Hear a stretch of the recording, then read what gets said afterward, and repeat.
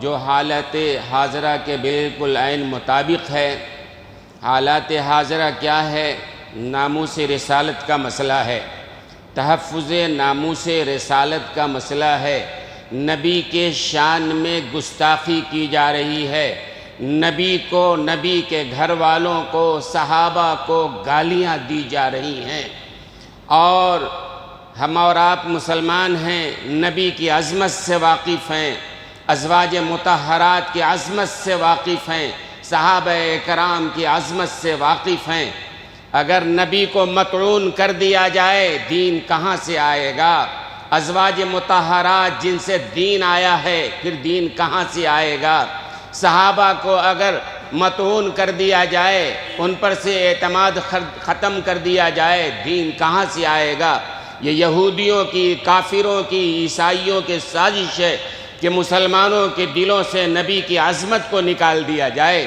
لیکن الحمدللہ آج اس گئے گزرے دور میں بھی مسلمان اپنی جان دینے کے لیے تیار، اپنی قربانی دینے کے لیے تیار، مال دینے کے لیے تیار، لیکن نبی کی عظمت دینے کے لیے تیار نہیں ہے۔ جو جان چاہو تو جان دیں گے، جو مال چاہو تو مال دیں گے، جو جان چاہو تو جان دیں گے، جو مال چاہو تو مال دیں گے، مگر یہ نہ ہو سکے گا ہم سے کہ نبی کا جاہو جلال دیں گے۔ ایسا نہیں ہو سکتا ہے کہ نبی کے خلاف کوئی کمینہ بکواس کرتا رہے اور ہم زندہ رہیں۔ شاہ عطا اللہ صاحب بخاری رحمۃ اللہ علیہ بہت بڑے مقرر گزرے ہیں، اور رات بھر حضرت کی تقریریں ہوتی، گھنٹوں تقریریں ہوتی، اور مجمع ٹس سے مس نہیں ہوتا۔ اللہ نے بڑا علم عطا فرمایا تھا، خطابت کا ذوق عطا فرمایا تھا۔ شاہ عطا اللہ صاحب بخاری رحمۃ اللہ علیہ کے زمانے میں لاہور کے موچی دروازے میں تقریر ہو رہی ہے، اور کسی گستاخ نبی نے حضرت عائشہ کے عزت پر حملہ کیا تھا۔ آج بھی حضرت عائشہ رضی اللہ تعالی عنہا ہماری ماں ہیں، ان کی عزت پر حملہ ہو رہا ہے، گالیاں دی جا رہی ہیں۔ تو کسی گستاخ نے حضرت عائشہ صدیقہ رضی اللہ تعالی عنہا کی عزت پر حملہ کیا تھا۔ شاہ عطا اللہ صاحب بخاری رحمۃ اللہ علیہ لاہور کے موچی دروازے میں تقریر کر رہے ہیں، بڑا مجمع سن رہا ہے۔ حضرت نے کہا کہ کوئی حلالی بیٹا ایسا نہیں ہے اس کے ماں کو گالیاں دی جائیں اور حلالی بیٹا خاموش رہے، ایسا نہیں ہو سکتا ہے۔ ہماری ماں جس نے جنا وہ تو ہماری ماں ہے۔ یہ حضرت عائشہ صدیقہ تو تمام مسلمانوں کی ماں ہے، اور قرآن کریم نے کہہ دیا ازواجہ امہاتہم النبی اولیٰ بالمؤمنین من انفسہم، کہ نبی ہمارے جانوں سے زیادہ اہم ہیں، اور ان کی ازواج جو ہیں ہماری مائیں ہیں۔ جو شاہ عطا اللہ صاحب بخاری رحمۃ اللہ علیہ نے کہا کہ کوئی حلالی بیٹا اپنے ماں کے خلاف بکواس نہیں سن سکتا ہے، اور پھر فرمایا کون ہے جو اس شخص سے بدلہ لے جس نے حضرت عائشہ صدیقہ رضی اللہ تعالی عنہا کو گالی دی ہے؟ کہتے ہیں کہ مجمع میں وہ ایک تانگا ہانکنے والا، چلانے والا ایک آدمی تھا، ہاتھ میں اس کے چابک ہے۔ اس نے اسی وقت طے کیا کہ کل صبح یا تو حضرت عائشہ کا گنہگار زندہ رہے گا یا میں زندہ رہوں گا۔ ایسا نہیں ہو سکتا ہے کہ میں بھی باقی رہوں اور میرے ماں کو گالی دی جائے۔ ہم میں آپ میں بھی غیرت ہے، ہمارے ماں کو کوئی گالی دے ہم برداشت کرنے کے لیے تیار نہیں ہیں، ہم کو کوئی گالی دے تھوڑی دیر کے لیے برداشت بھی کریں گے، لیکن کوئی نبی کی شان میں گستاخی کرے، یا نبی کے ازواج مطہرات کے بارے میں، یا ان کی بیٹیوں کے بارے میں، یا ان کے صحابہ کے بارے میں گستاخی کرے، خدا کی قسم جو پکا سچا مسلمان ہے، باغیرت مسلمان ہے، ہرگز برداشت کرنے کے لیے تیار نہیں ہوگا۔ اس آدمی نے کہا کہ کل صبح دیکھنا، اور رات کو ہی بہرحال پتہ پوچھتے ہوئے پہنچا، اس کے گھر گیا، دروازہ کھٹکھٹایا، باہر نکلا، اس نے چاقوؤں سے حملہ کیا، کام اس کا تمام کر دیا۔ انگریزوں کا زمانہ تھا، مقدمہ چلا، اور انگریزوں کے جج میں بات ہو رہی ہے، عدالت میں بات ہو رہی ہے، اور علیم الدین غازی نام تھا اس کا، اس کے سپورٹ میں مسلم وکلا ہیں۔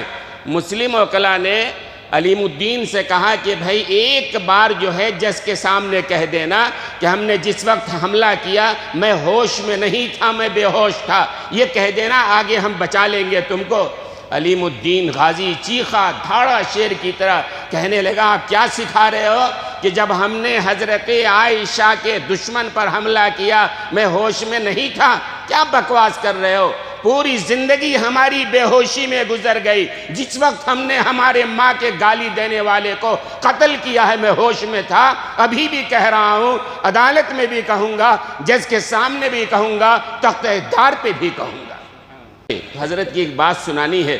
حضرت فرمایا کرتے تھے، اللہ ان کی بے انتہا مغفرت فرمائے، حضرت فرمایا کرتے تھے یہ ساری زمین کاغذ بن جائے، پوری زمین کاغذ بن جائے، پورا آسمان کاغذ بن جائے، جتنے سمندر کے پانی ہیں سیاہی بن جائیں، جتنے درخت ہیں سب کے قلم بن جائیں، جتنے فرشتے آسمان پر ہیں زمین پر اتر جائیں اور ان قلموں سے نبی کی عظمت و شان کو لکھنا شروع کر دیں، کہتے ہیں خدا کی قسم زمین کا کاغذ ختم ہو جائے گا، آسمان کا کاغذ ختم ہو جائے گا، سمندروں کی سیاہی ختم ہو جائے گی، سارے قلم ٹوٹ جائیں گے، گھس جائیں گے، لکھنے والے فرشتے تھک جائیں گے، لیکن خدا کی قسم نبی کی عظمت تو دور کی بات ہے، نبی کے ایک زلف کے شان کو بھی نہیں لکھ سکتے۔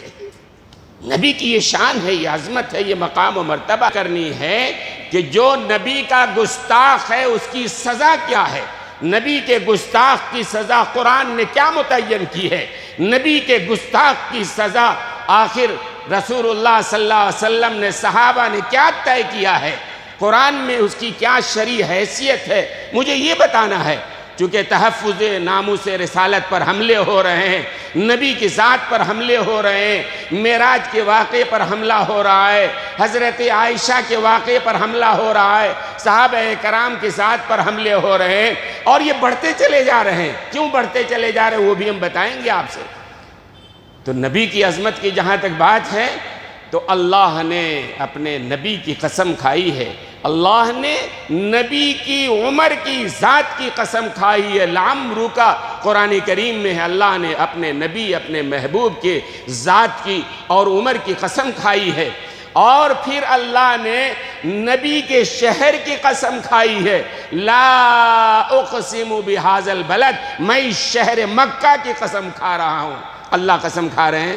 کسی نے کہا کہ شاید اللہ آپ اس لیے مکے کی قسم کھا رہے ہیں کہ مکے میں آپ کا گھر کعبۃ اللہ ہے، شاید اس لیے کہ مقام ابراہیم ہے، شاید اس لیے کہ حجر اسود جنتی پتھر ہے، شاید اس لیے کہ مطاف یہاں ہے، شاید اس لیے کہ مسح یہاں ہے، شاید اس لیے کہ منی کے مقدس وادی یہاں ہے، شاید اس لیے کہ عرفات کا متبرک مقام یہاں ہے، مزدلفہ کی وادی یہاں ہے، بہت سارے مقامات ہیں نا۔ اللہ اس لیے قسم کھا رہے ہیں کہ اللہ کا گھر یہاں ہے۔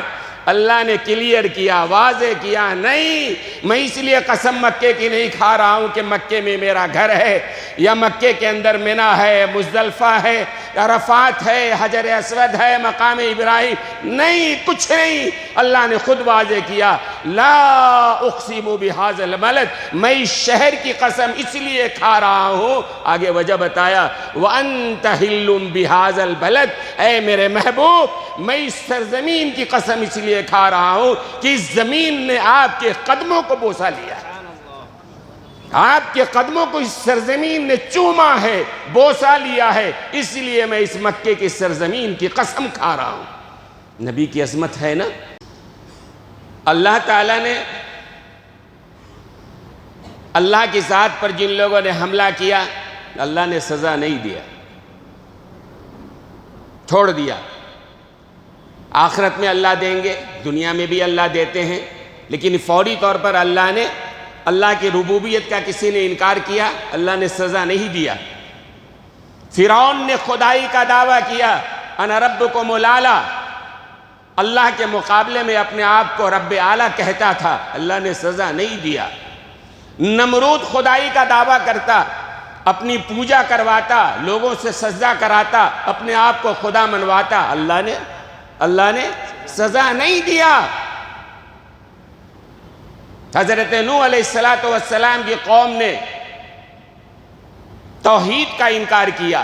حضرت نوح علیہ السلام آئے نا، اور ایک زمانے تک 1000 سال سے زیادہ قوم کو سمجھاتے رہے، اللہ کی وحدانیت ربوبیت بتاتے رہے، لیکن قوم نے کیا کیا؟ 5 بتوں کو تراشا اس نے۔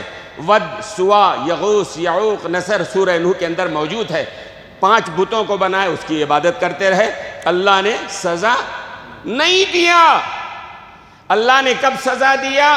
قوم نوح کو اللہ نے اس وقت سزا دیا جب انہوں نے اللہ کے پیغمبر کی گستاخی شروع کیا، حضرت نوح کا مذاق اڑانے لگے۔ اللہ کی ذات پر جب تک بات تھی اللہ نے کچھ نہیں کہا، لیکن ان کے محبوب پر، اللہ کے پیغمبر پر جب حملہ کیا، مذاق اڑایا، تو اللہ نے پوری قوم کو ڈبا دیا، تباہ و برباد کر دیا۔ بچے صرف اللہ کو ماننے والے، اللہ کے رسول کو ماننے والے۔ نمرود خدائی کا دعویٰ کرتا رہا، اللہ نے سزا نہیں دیا، لیکن جب نمرود نے حضرت ابراہیم سے الجھنا شروع کیا، اللہ کے پیغمبر سے الجھنا شروع کیا، حضرت ابراہیم کی گستاخی شروع کی، اور نمرود نے حضرت ابراہیم علیہ السلام کو سزا دینا چاہا، اور نار نمرود نے اپنے آگ میں ڈالا تھا۔ اب اللہ نے نار نمرود کے ذریعے نہیں، اللہ نے اپنے معمولی مچھڑ کے ذریعے سے اس نمرود کا بھیجا نکلوا دیا، ہے نا۔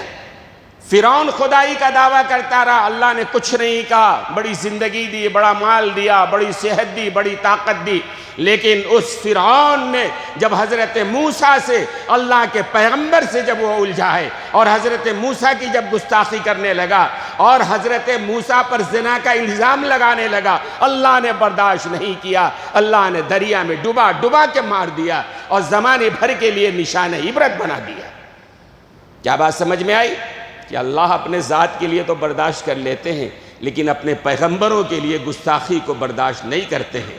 مثال سے اگر کوئی ہم کو گالی دے تھوڑے دیر کے لیے، ہم کہیں گے ٹھیک ہے چلو کوئی بات نہیں، لیکن کوئی اگر ہماری ماں کو گالی دینے لگے برداشت نہیں کریں گے، ہمارے باپ کو گالی دینے لگے برداشت نہیں کریں گے، اور ہم اس سے آگے بڑھ کے کہتے ہیں ہمارے ماں باپ کو بھی گالی دو کوئی بات نہیں ہے، لیکن نبی کو گالی دو گے ہم زبان۔ میں مطالعہ کر رہا تھا اور بڑی عجیب و غریب بات سامنے آئی کہ اللہ نے 9 گالی دی ہے۔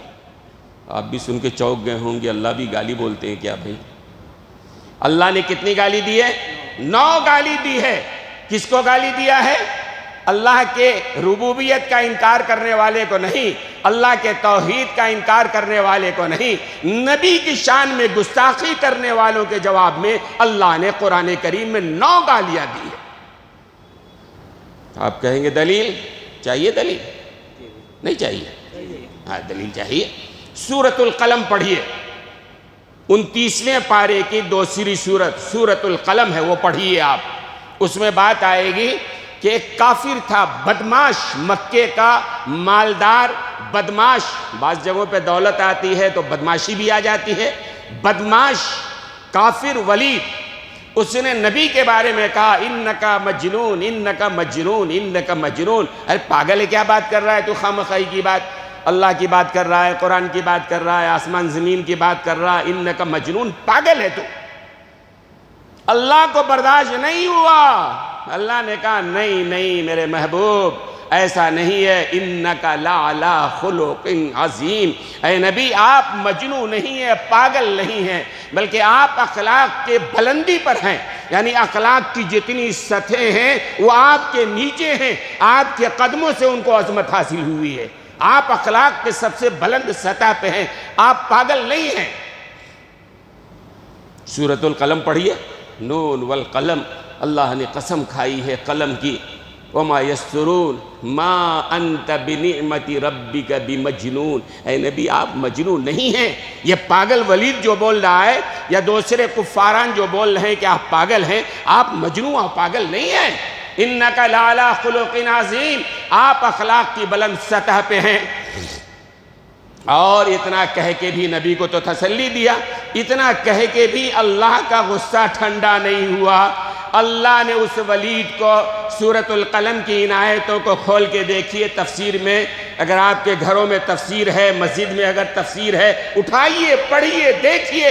آج ہم گھروں میں تفسیر رکھنے کو تیار نہیں ہیں، آج ہم مسجدوں میں اپنے مردوں کے لیے اصال ثواب کے لیے قرآن تو لا کے رکھ دیتے ہیں، گرد پڑا رہتا ہے، کوئی پڑھنے والا نہیں ہوتا ہے، اتنا قرآن پڑا رہتا ہے، لیکن کوئی تفسیر کی کتاب لا کے رکھ دے تاکہ کوئی اللہ کا بندہ پڑھنا چاہے تو پڑھے، اس کی توفیق نہیں ہوتی ہے۔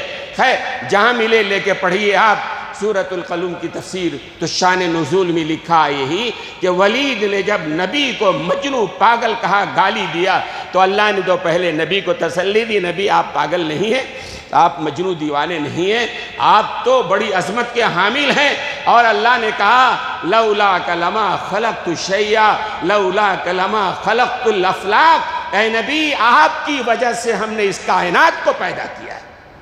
اے نبی اگر آپ کو پیدا نہ کرنا ہوتا تو میں نے اس کائنات، اس دنیا کو ہی پیدا نہیں کیا ہوتا، کسی ذرے کو میں نے پیدا نہیں کیا ہوا، یہ آپ کی عظمت کی وجہ سے ہم نے اس دنیا کو وجود بخشا ہے۔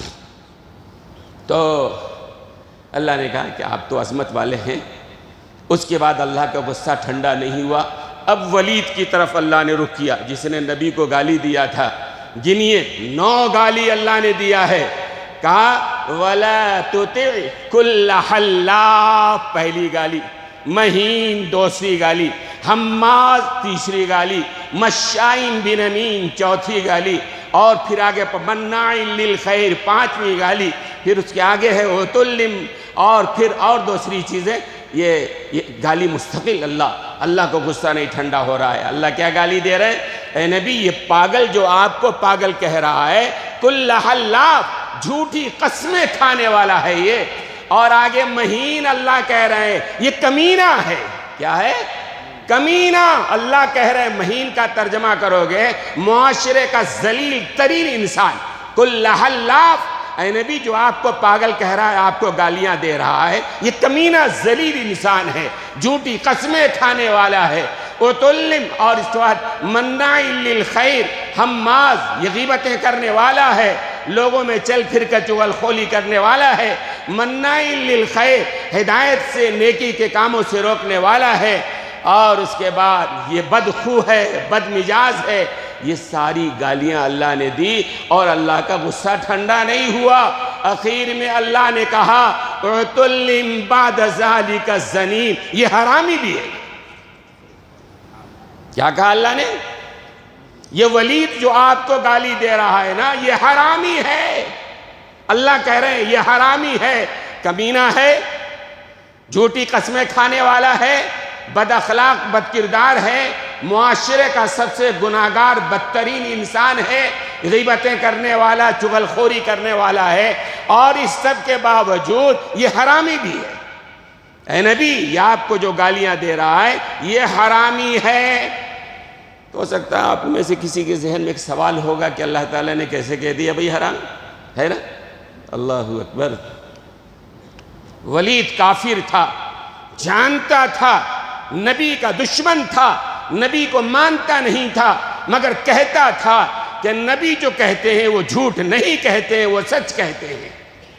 تو اس نے اپنے بارے میں غور کیا، کہاں واقعی میں کمینہ انسان ہوں، واقعی میں جھوٹا انسان ہوں، میں جھوٹے قسمیں کھانے والا ہوں، لوگوں کے اندر لڑائی ڈالنے والا، پھوٹ ڈالنے والا ہوں، میں اکڑ مزاج متکبر مغرور ہوں، ساری برائیاں ہمارے اندر ہے، اور نبی نے یہ کہا ہے کہ میں حرامی بھی ہوں۔ تو ظاہر ہے حرامی ہے نہیں، اس کا فیصلہ کون کرے گا؟ یہ تو میری ماں بتائے گی، باپ بتائے گا، بلکہ ماں بتائے گی۔ ولید نے تلوار لیا، سیدھے پہنچا اپنے ماں کے پاس، ماں میرے بارے میں محمد نے یہ گالیاں بتائی ہیں، اور جتنی گالیاں نبی نے دی ہیں، یعنی قرآن کے ذریعے جو بات آئی ہے وہ ساری باتیں ہمارے اندر ہے، ہم نے غور کر لیا ہے، اور آخری بات قرآن نے میرے بارے میں کہا کہ میں حرامی بھی ہوں، اور مجھے پتہ نہیں وہ تم بتا سکتی ہو کہ میں حرامی ہوں یا نہیں۔ اتنا یقین ہے کہ محمد جو کہتے ہیں وہ جھوٹ نہیں کہتے ہیں، پکی بات ہے، اب تم بتاؤ۔ ماں خاموش بیٹھی ہے، کچھ نہیں بول رہی ہے۔ ولید نے تلوار نکالا، ماں بتاؤ نہیں تو اسی تلوار سے تمہاری گردن اڑا دوں گا۔ اماں نے کہا ہاں بیٹے بات سچی ہے، واقعی تو حرامی ہے۔ اس نے کہا میرا تو باپ تھا۔ ولید نے کہا میرا تو باپ تھا، میں حرامی کیسے ہو گیا؟ تو ماں نے کہا بیٹے باپ تو تیرا تھا، لیکن باپ تیرا ناکارہ تھا، وہ اولاد پیدا کرنے کے قابل نہیں تھا اور مال بہت تھا، وہ چاہتا تو کوئی وارث پیدا ہو جائے، تو تمہارے باپ نے مجھ سے کہا تھا کسی نوکر سے منہ کالا کر لو، تو میں نے کسی نوکر سے منہ کالا کیا تھا، اس کے نتیجے میں تو پیدا ہوا ہے۔ کائنات کے سب سے بہترین انسان کو گالیاں دینا، اور نبی کی سیرت سے ہم تو واقف ہیں، ہماری نئی نسل بھی ناواقف ہے، نبی کی سیرت سے ہماری نئی نسل بھی ناواقف ہے، نہیں معلوم ہے۔ میں اس مسئلے کو بیان کروں گا کہ حضرت عائشہ کے بارے میں جو اعتراض کیا جاتا ہے، بہت سارے مسلمانوں کے دلوں میں بھی آتا ہے، بھئی کیا بات ہوئی 6 سال کی بچی سے شادی اور 9 سال کی رخصتی؟ میں بتاؤں گا کیا ہے تو بات سمجھ میں آئے گی۔ آپ کو خود بھی علماء سے پوچھنا چاہیے کہ بھئی یہ اس کی سچائی، اس کی حقیقت کیا ہے نا؟ آپ کو معلوم کرنا چاہیے کہ نبی کے بارے میں جو چاہے، جس کے بارے میں چاہے گالی دے۔ یہ دشمن اسلام، یہ پیغمبر کے جو دشمن ہیں، یہ دشمن جو ہے نا، یہ ہمارا اصل میں یہ ٹیسٹ لے رہے ہیں نبی سے کتنی محبت ہے، کتنی عقیدت ہے، تھوڑا تھوڑا کر کے دیکھتے ہیں۔ اگر یہ آواز بلند کریں تو سمجھو ان کے اندر زندگی ہے، نبی سے محبت ہے، اور اپنے جان سے زیادہ نبی سے محبت ہے۔ اگر کوئی جواب نہ آئے سمجھو کہ یہ مردہ قوم ہے، سو گئی ہے، نبی سے کوئی تعلق نہیں ہے، نبی کے لیے کوئی غیرت ان کے دل میں نہیں ہے۔ ہماری اس غیرت کا امتحان لیا جا رہا ہے۔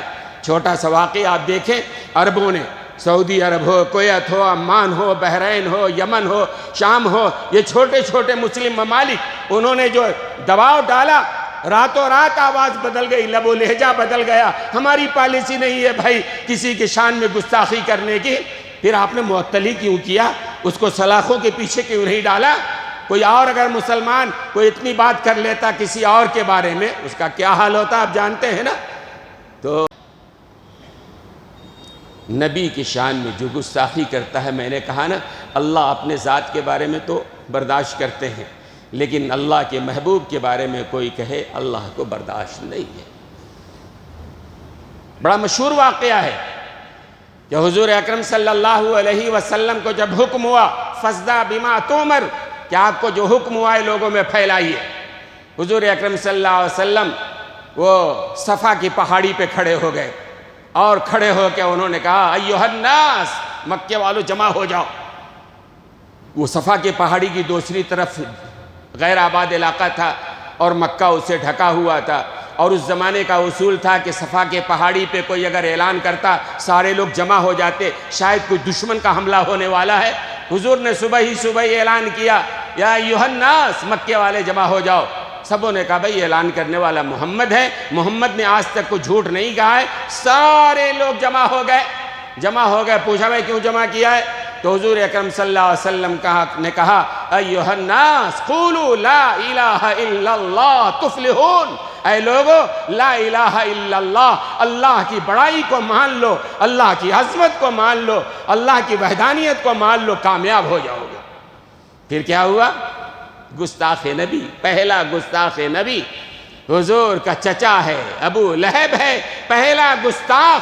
کہتے ہیں کہ جب حضور اکرم صلی اللہ علیہ وسلم نے یہ اعلان کیا، ابو لہب نے پتھر اٹھایا اور حضور کی طرف مارنا چاہا، اور اس نے جملہ کہا تبا لک علی ھذا جمعتنا یا محمد، گالی، تبن ایک گالی ہے عرب میں، گالی دے کے کہا محمد کیا تم نے اسی لیے جمع کیا تھا کہ ہمارے 360 بتوں کو چھوڑ کر ایک خدا کو، تمہارے خدا کو مان لیں؟ جب اس نے گالی دیا، حضور نے کچھ نہیں کہا، ابو لہب نے حضور کو گالی دی، تبا لک علی ھذا جمعتنا یا محمد، تبن یا محمد، گالی ہے۔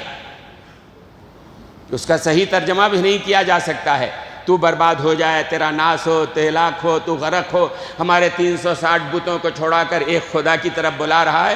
لیکن اللہ کی غیرت کو گوارا نہیں کیا، اللہ کی غیرت نے گوارا نہیں کیا، اور اللہ نے اس کمینے کا نام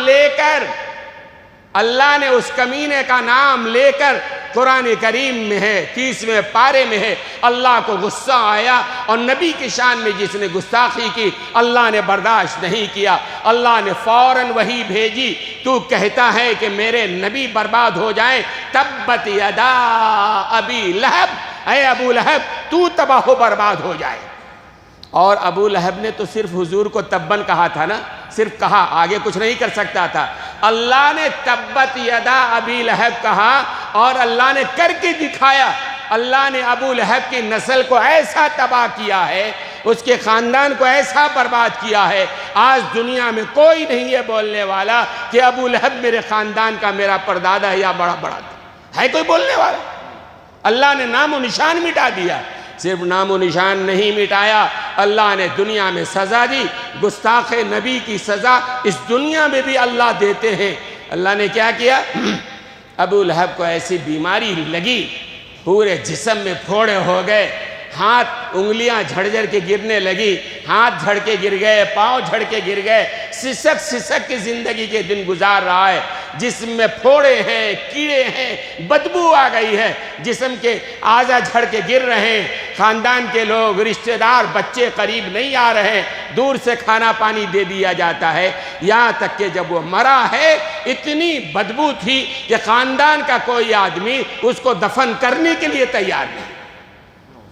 اخیر میں حبشیوں کو بلایا اور حبشیوں نے آ کر وہ ڈنڈے سے دھکا دے کے گڑھا کھود کے ابو لہب کو اس میں ڈالا۔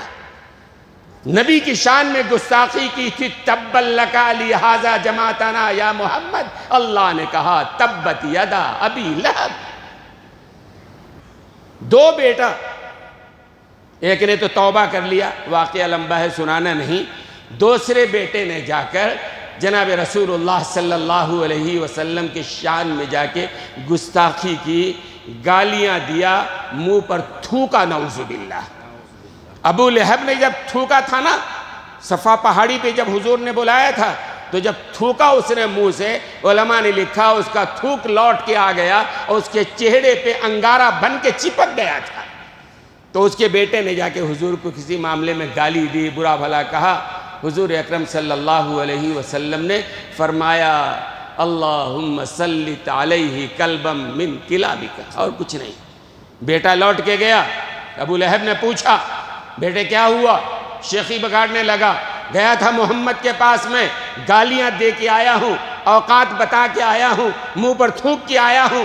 ابو لہب نے کہا بیٹے یہ بتا محمد نے کچھ کہا؟ نہیں کہا۔ کہا نہیں مجھ سے تو نہیں کہا، البتہ محمد کی زبان سے یہ بد دعا کے الفاظ نکلے تھے، اللہم سلط علیہ کلبا من کلابک۔ اس کا ترجمہ، اے اللہ اپنے کتوں میں سے کسی کتے کو اس پر مسلط کر دے تاکہ اس کو پھاڑ چیر کے ختم کر دے۔ ابو لہب نے سنا، چیخ نکل گئی، محمد نے یہ بد دعا دی ہے۔ اس نے کہا میں محمد کو نہیں مانتا ہوں، محمد سے ہماری دشمنی ہے، لیکن یقین ہے محمد جو کہتا ہے وہ ہو کے رہتا ہے۔ تمہارے پیچھے محمد کی بد دعا لگی ہوئی ہے، تمہارے ساتھ بہت بڑا خطرہ ہے، بڑے حفاظت کی ضرورت ہے۔ اپنے بیٹے کی گھر میں حفاظت کرتا رہا، اللہ چاہے تو بدلہ لیتا ہے نا۔ کئی دن ہو گئے گھر میں بند ہے۔ آج کل ہمارے بہت سارے نوجوان تہوار آ جائے تو گھر میں بیٹھے تھک جاتے ہیں، وہ پہاڑیوں میں نکل جاتے ہیں نا پکنک منانے دوستوں کے ساتھ یہاں وہاں۔ تو اس کے چند دوست آئے، 10-15 دوست آئے، ابو لہب سے کہا گھر میں بیٹھے بیٹھے بیزار ہو گیا ہے، ہم لوگ جا رہے ہیں کسی پہاڑی پہ پکنک کے لیے، تجارت کے لیے، جو بھی ہے آپ بھی اس کو بھیجئے ساتھ میں۔ کہا نہیں نہیں نہیں، میرے بیٹے کے پیچھے محمد کی بد دعا لگی ہوئی ہے، مجھے ڈر ہے یہ ہو کے رہے گا اور خطرناک غلیظ موت آ کے رہے گی۔ ان ساروں نے کہا ہم اتنے 15-20 نوجوان ہیں، ہوتے ہوئے ایسا ہوگا کیا؟ اب خامخواہی سوچ رہے ہیں، ہم حفاظت کریں گے، پہلے ہماری جان جائے گی بعد میں آپ کے بیٹے کی، ہم حفاظت کریں گے۔ بیٹا بھی جانا چاہ رہا تھا، باپ کو سمجھایا کہ بات صحیح ہے، ہونے والی بات ہے، ہونا ہے نا، ٹھیک ہے جاؤ بھائی ذرا میرے بیٹے کا خیال رکھنا۔ گئے، جا کر کے ایک جگہ ٹھہرے، وہ ایک پہاڑی پر، وہ بالکل اوپر، پکنک اسپاٹ سمجھو، پہاڑی کا مقام ہے اوپر، اور ابو لہب کے اس بیٹے کو سب سے اوپر سلایا۔ باقی نوجوان جو تھے نا سب کافر ہی تھے، مسلمان کوئی نہیں تھا، ساروں نے چاروں طرف سے گھیر کے حفاظت کے لیے وہ بیٹھے رہے کہ چلو دیکھیں گے کون آتا ہے، حفاظت کرنا ذمہ داری ہے۔ صبح کے وقت میں ٹھنڈی ہوا جو چلی، وہ پہاڑی کی چوٹی ہے، ٹھنڈی ہوا چلی، ساروں کو نیند آ گئی۔ جب نیند آ گئی تو ایک شیر آتا ہے، اور شیر آنے کے بعد ہر ایک کے منہ کو سونگھتا ہے۔ وہ کافر ہیں، ان کے منہ سے کفر کی بدبو آ رہی ہے، مشرک ہیں، ان کے منہ سے شرک کی بدبو آ رہی ہے۔ لیکن وہ شیر کافر کو کچھ نہیں کہتا ہے، مشرک کو کچھ نہیں کہتا ہے۔ تلاشتے ابو لہب کے بیٹے کے پاس جاتا ہے۔ علماء نے لکھا ہے جو گستاخ نبی ہوتا ہے اس خنزیر کے منہ سے بدترین بدبو آتی ہے جو شیر بھی پہچانتا ہے۔ شیر نے کہا اچھا یہ ہے جس نے نبی کی گستاخی کی ہے، نبی کو گالی دی ہے۔ شیر نے سور کا پنجہ اس کے منہ پہ مارا، منہ کا تو حلیہ بگڑ گیا، خون آلود ہو گیا، اور شیر نے پہاڑی کے اوپر سے نیچے دے کے اس کو مارا۔ نیچے آتے آتے اس کے تو ہڈی پسلی سب بکھڑ گئے۔ شیر بھی نیچے آیا، باقی اس کا کام تمام کر دیا۔ اس کے بعد وہ شکاری اور جنگلی کتے آ کر جنگلی کتوں نے باقی گوشت ہڈی کھا لی۔ دنیا میں اللہ نے سزا دے کے بتایا ہے۔ ابو لہب کو اللہ نے دنیا میں سزا دیا ہے، ولید کو اللہ نے دنیا میں سزا دیا ہے، ابو لہب کے بیٹے کو اللہ نے دنیا میں سزا دے کے بتایا ہے، اور ابو لہب کی بیوی کو بھی اللہ نے قرآن میں تذکرہ ہے۔ سورہ تبت یدا ابی لہب جو ہے نا، اس کی بیوی کا بھی تذکرہ ہے۔ ابو لہب کی بیوی بھی نبی کی بڑی دشمن تھی، گالیاں دیتی تھی۔ ایک دفعہ 15 روز تک حضور پر وحی نہیں اتری، تو وہ ابو لہب کی بیوی جو ہے حضور کے راستے میں کانٹے لگاتی تھی اور راستے میں جو ہے گندگی ڈالتی تھی، غلاظت ڈالتی تھی۔ تو ایک دفعہ 15 روز تک وحی نہیں آئی، تو ابو لہب کی بیوی حضور کے پاس جاتی ہے اور جا کے کہتی ہے محمد جو شیطان تم پر وحی کرتا تھا، لگتا ہے وہ شیطان اب ناراض ہو گیا ہے۔ بات سمجھ میں آ رہی؟ اللہ کی شان میں بھی گستاخی۔ جو شیطان تم پر وحی کرتا تھا، لگتا ہے وہ شیطان ناراض ہو گیا۔ سرکار دو عالم صلی اللہ علیہ وسلم کی آنکھوں میں آنسو آ گئے، دل بھر گیا، آسمان کی طرف نگاہ اٹھائے، اے اللہ دنیا نے مجھے کہا، میرے راستوں میں کانٹے ڈالے، میرے جسم پر اوچھری ڈالی، مجھے ستایا، تکلیف دیا، سب منظور، لیکن یہ ظالم باپ کے لیے گالیوں کے الفاظ استعمال کر رہے ہیں، اے اللہ برداشت نہیں۔ اللہ نے فوراً سورۃ الضحیٰ نازل فرمایا، وَالضُّحَىٰ وَاللَّيْلِ إِذَا سَجَىٰ۔ اے نبی آپ کی شان ہے، آپ کے چہرے کی قسم ہے، آپ کے زلفوں کی قسم ہے، آپ کے روح انور کی قسم ہے، کون کہتا ہے کہ ہم تم میں جدائی ہوگی؟ یقیناً یہ ہوائی کسی دشمن نے اڑائی ہوگی۔ کون کہتا ہم میں آپ بھی جدائی ہو گئی اور ہم نے چھوڑ دیا آپ کو؟ کسی کہنے والے نے غلط کہا ہے، وجہ تھی مفسرین کرام نے لیا۔ تو پھر اس کی بیوی کو اللہ نے کیسے سزا دیا؟ وہ جنگل سے لکڑیاں لاتی تھی، تو ایک دن وہ جنگل کا گٹھڑ جو بڑا تھا نا، مونچھ کی رسی تھی، وہ گٹھڑ گرا اور گلے میں مونچھ کی رسی اس کے لگ گئی اور اسی کے پھندے میں ایک طرح سے پھانسی میں مر گئی وہ۔ اللہ نے گستاخ نبی کو دنیا میں بھی سزا دیا ہے، اور آج بھی جو گستاخ ہیں اللہ ان کو سزا دے رہا ہے اور سزا دے گا۔ اللہ کے سزا سے کوئی بچ نہیں سکتا ہے۔ ہماری ذمہ داری ہے، دو ذمہ داری ہے، میں پڑھ کے سناتا، وقت زیادہ ہو گیا ہے، اس لیے آئندہ کے لیے ہم رکھیں گے ہماری کیا ذمہ داری بنتی ہے۔ ایک ذمہ داری تو یہ ہے کہ ہم خود سب سے پہلے نبی کی عظمت کو جانیں، نبی کی سیرت کو جانیں، اپنے آنے والی نسل کو، اپنی اولاد کو، اپنے گھر کی عورتوں کو نبی کی سیرت کو بتائیں، نبی کی عظمت و مقام و مرتبے کو بتائیں، یہ ہمارے لیے ضروری ہے۔ اور دوسری بات یہ ہے، دنیا کا کوئی بڑے سے بڑا انسان ہو، ہمارے نبی کی شان میں جو گستاخی کرے گا ہم سب کچھ برداشت کرنے کے لیے تیار ہیں، لیکن نبی کی شان کے خلاف سننے کے لیے تیار نہیں ہیں۔ اور کسی نے کہا ہے نا، ہم نے ہر دور میں تقدیس رسالت کے لیے، تقدیس رسالت کے لیے وقت کے تیز ہواؤں سے بغاوت کی ہے۔